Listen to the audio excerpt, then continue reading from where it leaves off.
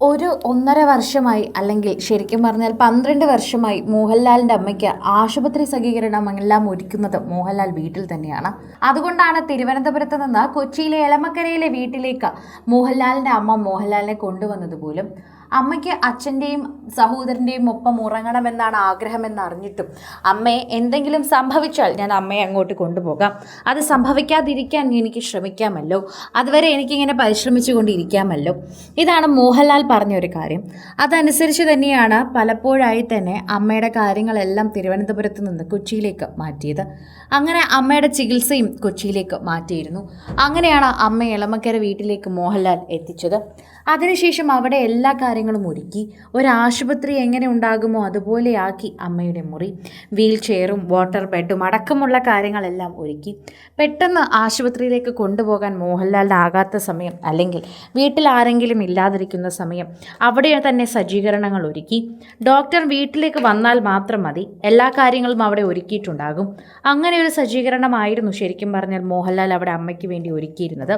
അതെല്ലാം ഇനി വെറുതെ കളയാൻ സാധിക്കില്ലല്ലോ. അതെല്ലാം ആവശ്യമുള്ളവർക്ക് കൊടുക്കുകയാണ് മോഹൻലാൽ.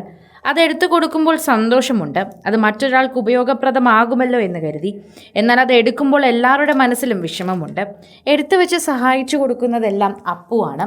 അപ്പുവിനോട് അത് മോഹൻലാൽ ആവശ്യപ്പെടുന്നുമുണ്ട്. അപ്പോൾ അത് എടുത്തു വെച്ച് കൊടുക്ക് എന്ന് പറയുന്നുണ്ട്. മരണാനന്തര ചടങ്ങുകളെല്ലാം കഴിഞ്ഞ് ഇവരെല്ലാവരും അവരുടെ ദൈനംദിന ജീവിതത്തിലേക്ക് തന്നെ തിരികെ പോകാനുള്ള തയ്യാറെടുപ്പിലാണ്. ആ ഒരു തയ്യാറെടുപ്പിനിടയിൽ തന്നെയാണ് മോഹൻലാലും എന്ന് പറയാം. എന്നാൽ അദ്ദേഹത്തിന് ഇപ്പോഴും അതിന് മുഴുവനായി സാധിച്ചിട്ടില്ല. വേണമെങ്കിൽ പ്രണവിന് പോകാമെന്ന് പറഞ്ഞിട്ടുണ്ടായിരുന്നു.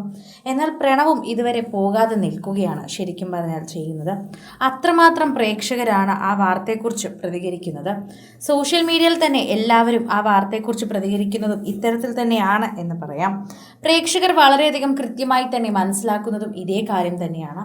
ഓരോ തവണയും സോഷ്യൽ മീഡിയ പ്രേക്ഷകർ പങ്കുവെക്കുന്ന വാർത്തകൾ വളരെയധികം കൃത്യമായി മനസ്സിലാക്കുന്ന ഒരു വ്യക്തിയാണ് മോഹൻലാൽ. അദ്ദേഹത്തിൻ്റെ അമ്മയുടെ മരണാനന്തര ചടങ്ങുകൾക്ക് മാധ്യമങ്ങൾക്ക് അകത്തു കയറാനുള്ള അവകാശമുണ്ടായിരുന്നു. എന്നാൽ ചടങ്ങിൻ്റെ സമയമായപ്പോഴേക്കും എനിക്ക് എൻ്റെ അമ്മയുടെ ചടങ്ങുകൾ ഗംഭീരമായി ചെയ്യണം, അല്ലെങ്കിൽ അമ്മയുടെ അവസാന ആഗ്രഹമായിരുന്നു അതെല്ലാം, എന്നെ അതിന് അനുവദിക്കൂ എന്ന് മാധ്യമങ്ങൾക്ക് മുന്നിലെത്തി സാധാരണ ഒരു താരത്തിനെ പോലെ കേണപേക്ഷിക്കുകയായിരുന്നു ചെയ്തത്. അതനുസരിച്ച് മാധ്യമങ്ങളെല്ലാം മോഹൻലാലിനോടൊപ്പം തന്നെ നിൽക്കുകയും ചെയ്തു. അതെല്ലാവരും കാണുകയും ചെയ്തിട്ടുണ്ടായിരുന്നു.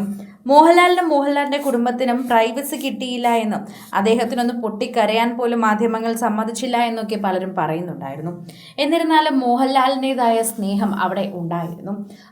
അദ്ദേഹത്തിൻ്റെ അമ്മയുടെ അരികിൽ തന്നെ നിൽക്കുന്നുണ്ടായിരുന്നു.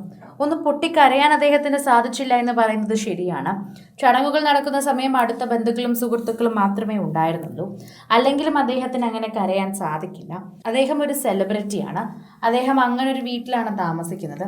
അദ്ദേഹത്തിൻ്റെ അമ്മയെ കാണാൻ വരുന്നവർക്കാണെങ്കിൽ പോലും ശരിക്കും പറഞ്ഞാൽ എപ്പോഴും അങ്ങനെ കൃത്യമായി ചെയ്യാൻ സാധിക്കില്ല. അതുകൊണ്ട് തന്നെയാണ് അദ്ദേഹത്തിനെ കുറിച്ച് പറയുമ്പോൾ ഇത്രമാത്രം പ്രേക്ഷകർ അതിന് പിന്നാലെ നിൽക്കുന്നതും. കൂടുതൽ സിനിമ, സീരിയൽ, ചാനൽ വാർത്തകൾക്കും നിങ്ങളുടെ പ്രിയപ്പെട്ട താരങ്ങളുടെ എക്സ്ക്ലൂസീവ് അഭിമുഖങ്ങൾക്കുമായി സബ്സ്ക്രൈബ് ചെയ്യാൻ മറക്കല്ലേ.